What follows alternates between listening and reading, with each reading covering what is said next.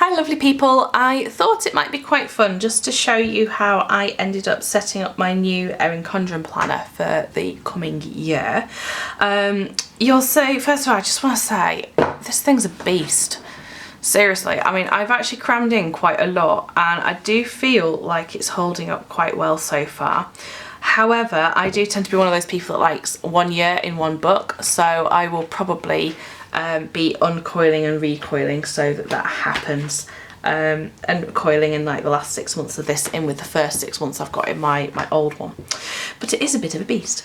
Anyway, so I had a play with the dashboard on the inside, and unfortunately for some reason my pens smudged onto my vellum, which was a shame, but it's a good job because vellum's actually fairly waterproof and so I could get it off.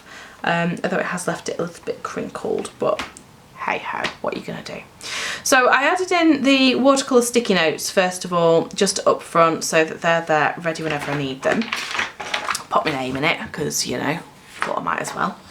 And then on here I've put in school dates. These are from the school collection that I've got. I'm just going to bring you right in so you can see. And so what I've done is I've got the little sort of where you can see the middle of the apple on the date that holidays start, and I've got the full apple on the date when school goes back, so if that makes sense in my head.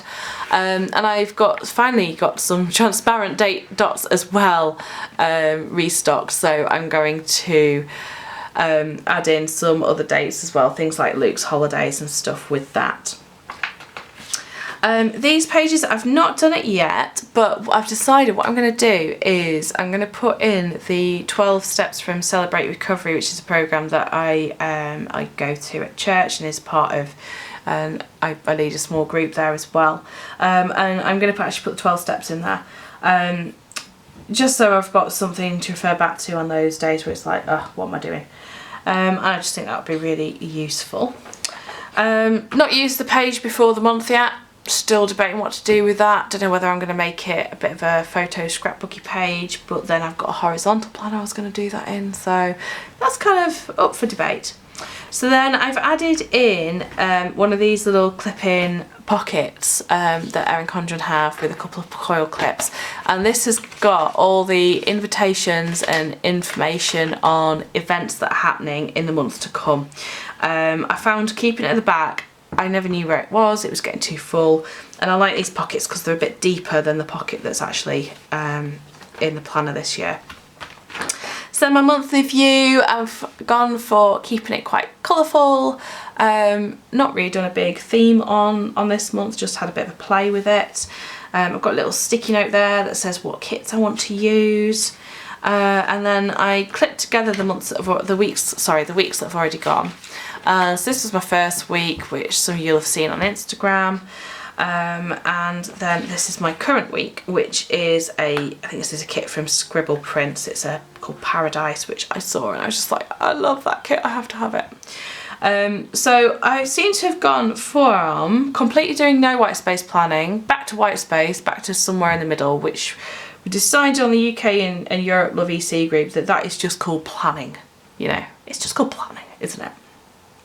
So I find at the moment I only really need sort of 3 to-do lists in a week, because then in the middle I just put like my appointments and stuff into early evening, and then down the bottom I've got back on the bandwagon of the 1000 gifts challenge. Finally picked it up again.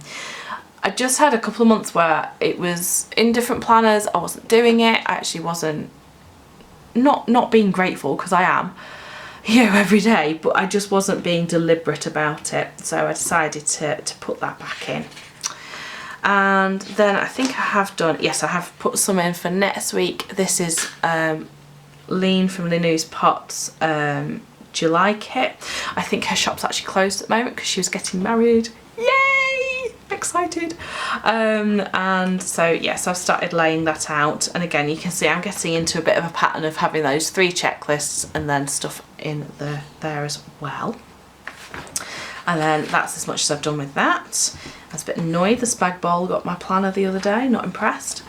Then I've put the pouch that came with the planner, I've put all my stickers for the month into that planner, plus my monthly stickers. You can see me dots there as well that I need to go and use. So there is quite a lot in that pouch, and that is actually adding quite a bit to the planner. Part of that is just because I like to have all my stickers with me just in case I need them, and because I like to look at them and they're pretty. But I think I'm going to have a think about that and how much I actually keep in there. August I've made a start on, so we started planning into August, and again I've got my little list of what I want to use when for kits. I just reached that stage where I've just looked and went, oh my gosh, I have so many stickers and I don't necessarily get through them or know what I've even got. So to that end, I have committed some of my notes pages to making a list of all my kits, and which shops they're from, and then I'm going to tick off when I've actually used them so that I can look and go, oh, I want to use such and such thing. With then, the only other thing I've done in the back as well is I've done using stickers from the Erin Condren yearly sticker book. I just went to make a financial calendar of when different insurances and things were due, stuff to do with the cars. So I've just put that in there, and there's a list there of things that I need to look the dates up for. Then right at the back, I've left my stickers attached for once. Normally I take these out, but to be really honest with you, I just don't like the colours, so I'm not very keen on them. I just wish that the blank ones had been in these colours, because these are much more my kind of colours. The keep it together folder at the back, as I said before, this, with it being unattached here, I just feel like everything's going to fall out of it, so I'm not really using that very much. On the other side, you see what I mean? I've still got my perpetual calendar, which I've not decided what I'm going to do with it yet, so I've just left it in there. I feel like every year I just don't use it. I have birthdays in our address book, but I could put them into there, I suppose. And then here I've got my 1000 gifts prompts, which I printed off from Anne Voskamp's site, which I think is a holy experience. If you search for the 1000 gifts challenge, you will find it. And I've got just little prompt cards there, just sort of daily inventory stuff and little prompts for prayer, really. So yeah, so that's it. So that's what I've done so far.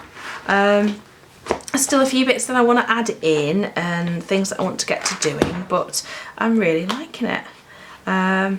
This watercolory type thing is working quite well. My initial reaction to the new planners was, oh, I don't like the changes, why is it so dull, where's all the colour gone? But the more that I'm kind of spending time in it, the more that I'm kind of actually, I do like this. I do like it quite a lot. So there you go. I thought I'd just share that with you. So I hope you've enjoyed that. If you're using the new Erin Condren planners, I'd love to know what your favourite thing so far about using it is, or if you have any other thoughts, leave your comments down below and I'd love to read those. So hope you have a good day, lovely people, and I'll speak to you again soon. Bye.